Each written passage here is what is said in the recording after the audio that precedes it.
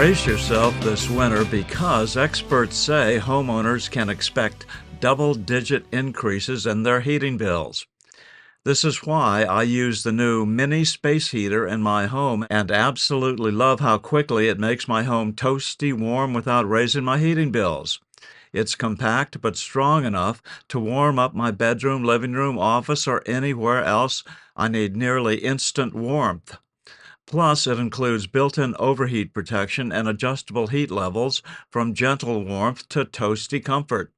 Do yourself a favor and grab one up to 60% off this holiday season only at www.staywarmnow.com.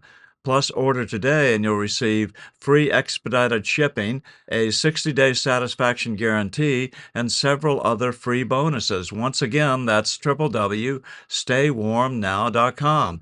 Give the gift of warmth this holiday season. Good evening. I'm still reporting on the continuing saga of the Biden crime family. This time, it's the notorious desperado funding machine, ActBlue. It's been discovered. At last. It's nothing but a bank thievery scam, and someone is inevitably going to get super busted for it.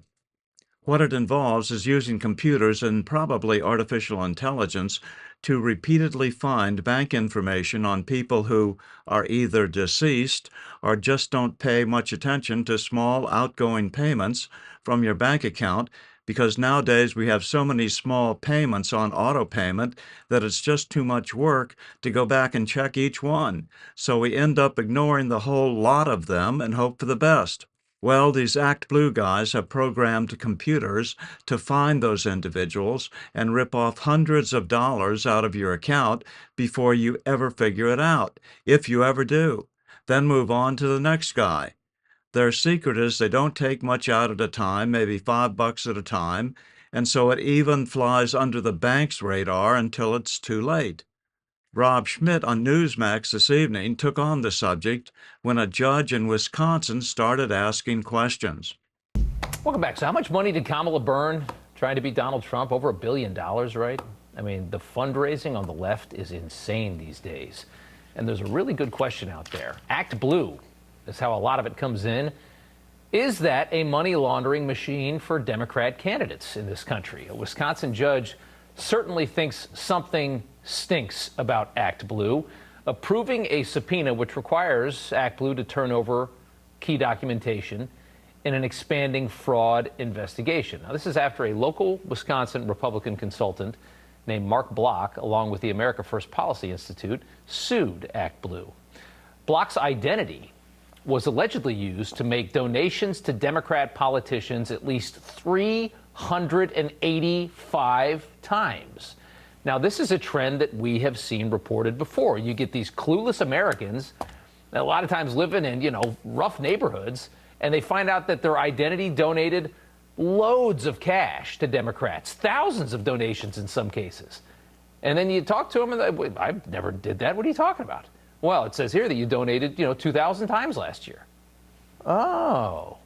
Now, the logical theory, when you think about this, is ActBlue is taking in huge piles of money from somewhere. Who knows? Other countries? And they funnel it to these campaigns using the identification of random Americans, saying, oh, he gave $50 5,000 times. It's a very clever way to cheat the individual fundraising limits. It certainly seems like that is a conclusion that one could make. Mark Block joins us now, along with his attorney, Richard Lawson. And, gentlemen, good to see you both. Mark, explain exactly what's happening here. Let's start at the beginning. It's about 12 years ago, I had the email address Kane, C-O-S, Kane Chief of Staff. I was Herman Cain's campaign manager and his Chief of Staff. Mm-hmm. Fast forward, up until June of this year, when I got an email thanking me for a contribution that I made. And I didn't think anything of it because we all get hundreds of emails. But then in July, I almost started getting them not only daily, but 3-4 times a day. Fast forward between the July timeframe and the end of the campaign, there was over 500 contributions made that I got a thank you note for from ActBlue that I made to Democrat or liberal causes. So in the July timeframe, I contacted a colleague of mine and suggested I get a hold of American First Policy Institute. And I'll let Richard take it from here because this lawsuit, in my opinion, is just the tip of the iceberg. I completely agree. From all the evidence that I've seen of this thing, Richard, go ahead. Sure. So I should point out one of the things that's really interesting about this case is under Wisconsin law, you can Mr. Block individually can sue under a RICO theory. I should point out our lawsuit is technically against a John Doe. We do not know who was using this information. What happened a couple of weeks ago is we had sent a subpoena to ActBlue for some data. They filed a motion to quash the subpoena, and the judge had a hearing on it, and you basically said, no, you're going to have to, told ActBlue, they're going to have to provide key data that is going to allow us to, follow the money. One of my favorite shows, of course, is the Wire. And, as they point out there, you follow the money. You don't know where that's going to wind up. You threw it overseas. It could be something domestic. One thing that is really fascinating that we have come to discover in the course of this case is small dollar donations have ridiculously outsized impact in donation rates. So one quick example and some statistics here. In Wisconsin, the top 0.1% of true small dollar donors, $1 to $5 this year, that top 0.1, not 1%, 0.1% was responsible for 10% of all the numerical donations and 10% of all of the money coming in Wisconsin. It's an extraordinary number of donations. And you mentioned 300. Mark's donations, the people using the identity, it shot up to 500 in just a 6-month period of time, which places that well within that 0.1%. And you just, I mean, in my mind, I just imagine a big pile of money coming in and the desire to get that directly to candidates, because that's the most useful money, is when it goes straight to the campaigns. But they watch how much money those candidates get. They set those limits.